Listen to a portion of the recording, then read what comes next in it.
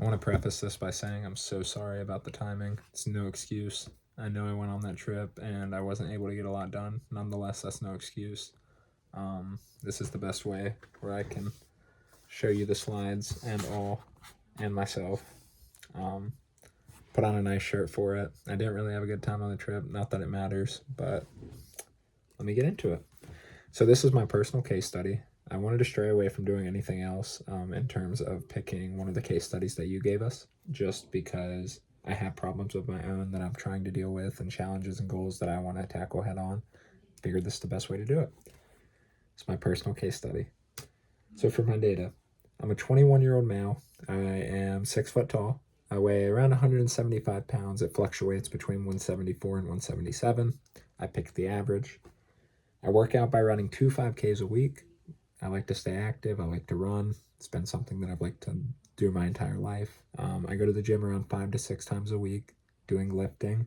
The split that I work on is on Mondays I do chest and tris. Tuesdays I do back, shoulders, and biceps. Wednesday I do legs. Thursday is a rest day. Friday I do back and chest. Saturday I do arms and shoulders. And Sunday I do legs. When I run my 5Ks just determines on how my body feels throughout the week. So my goal, I would love to bulk from 175 pounds to 185 pounds within the span of 2 months. I give myself 2 months because summer's coming around the corner. I want to look fuller. It's always been a goal of mine. I've always been the skinny kid, and I've been working out for like 3.5 years, and it's hard for anyone to tell that I work out. Not that it matters. Not only weight, but muscle as well.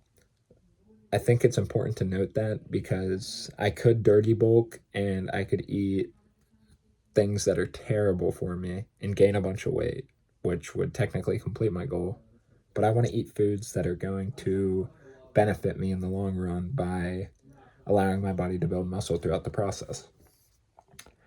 Like I said, the reason I chose this is because I've always been on the skinnier side. I've always been the skinny kid. I've always played soccer, which has taken a toll on my body. It burns a bunch of calories. I don't eat like I should, and that's just a problem I've always had. So how to complete this? To complete this in 2 months roughly, I need to gain about 1.5 pounds on a weekly basis. So this would require me from going from 3,000 calories a day to 3,500 calories a day.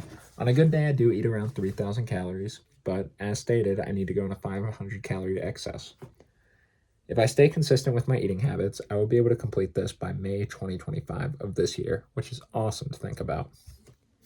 The diet that I will follow is high carb, high protein, low fat. The split I like to stay around is 50 to 45% carbs, 30% fat, 30% protein, 35% protein, and the rest of it consisting of fats, mostly healthy fats, avocados, peanut butter, peanuts, trail mix, etc., etc.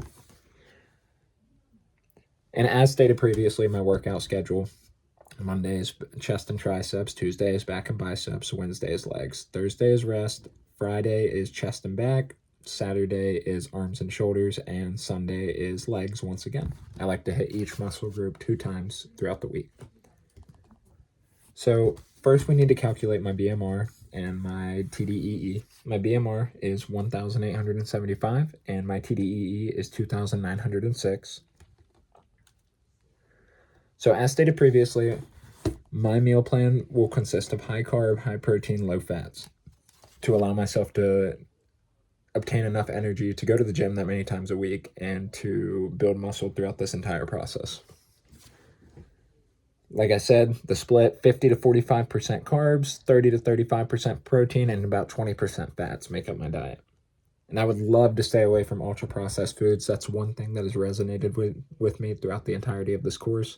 Ever since we went over it, I used to eat a lot of ultra processed foods, and it definitely took a toll on my body. So for breakfast, we're going to do 3 large eggs cooked over easy, no seasoning. We're going to do 2 scoops of Body Fortress Super Advanced Whey Protein, and we're going to mix that with a cup of 2% reduced fat milk and a banana. We're going to put it in the blender, and that will be our protein shake for breakfast. 1 Thomas Blueberry Bagel with 2 teaspoons of peanut butter. As stated, the peanut butter is a healthy fat, so it's not the worst thing for me. This is a carb-loaded, protein-loaded, low-fat breakfast. Lunch. I like to do around 10 ounces of boneless, skinless chicken breast with 4 ounces of no salt added canned corn and 4 ounces of no salt added black beans. I like to do a cup of instant white rice and around 2 to 4 tablespoons of light sour cream. Make sure you do the Daisy brand because it is better than most in terms of not adding a bunch of preservatives that are harmful for your body. You would cook the rice in a bowl with 1 cup of water, and you would put it in the microwave for around 5 minutes. When that comes out, you add your chicken, corn, and beans, and you microwave that for about 2 minutes. When that comes out, you mix it all together with the sour cream, and you have a very good tasting and good for you chicken burrito bowl. And make sure you buy fresh chicken because it is not going to be pumped with sodium, and you'll be able to see that my sodium intake is kind of high. For dinner, I like to do high carb for dinner. So I would do 8 ounces of Barilla Protein Plus pasta. Doesn't matter what shape. I like penne. Some people like rigatoni. Some people like cavatappi. And 3/4 a cup of Garden Combo Great Value pasta sauce. I say this specific brand because it is lower in sodium than a lot of other brands that I compared it with, and I just think it's very good tasting and pretty low in sodium. You weigh out your pasta, cook it to your desired liking, add the sauce, mix it together. I don't really like to add a bunch of cheese, unnecessary calories and fat that I don't need. So for my snacks throughout the day, I would eat 1 coconut puff bar after breakfast and before lunch. I would eat a medium banana after lunch and before dinner for potassium and a few vitamins. And after dinner, to crave my sweet tooth, 1/4 a cup of omega-3 trail mix. All snacks that are listed above are great sources of protein and vitamins that are necessary for our body in their recovery process. These snacks fulfill my sweet tooth and make it to where I don't really want to snack after dinner, which I have a bad habit of doing. It is also important to note, I couldn't find these specific brands of supplements that I take, so I take an adult multivitamin, which takes up a bunch of my vitamins and chronometer, but I wouldn't be able to input that. I do a capsule of Great Value ashwagandha for cognitive health. I do 2 capsules of biotin for my hair and my skin and my nails. And I do a scoop of creatine. It is also important to note that I drink around 96 ounces to 128 ounces of water on a daily basis for my creatine. I don't really like soft drinks. I've tried to stray away from them as they're pretty detrimental. So my total macros came out to 262 grams of protein. It's a lot. I understand that, but it could be worse. My net carbs came around 400 grams. Those are all going to be used for energy throughout my day-to-day activities. I'm on my feet a lot. I work on my feet. I go to school. I run. I need the energy. And my fat is 85 grams. It's pretty low fat intake, and there's a lot of healthy fats included, so it's not terrible. And my calories came out to 3,518, and that is the perfect range for my goal. So the results. My intake for each of my categories was more than adequate enough to gain 1.5 pounds weekly to meet my weight goal by the end of May. I followed this meal plan already as it helped me go from 163 pounds to 175 pounds, and I feel better than ever. I've never felt sickly about my weight. It's always been my appearance. I'm a very self-conscious individual, so it's hard for me to, I don't want to say love myself because that's very harsh, but there's features about myself that I would love to alter.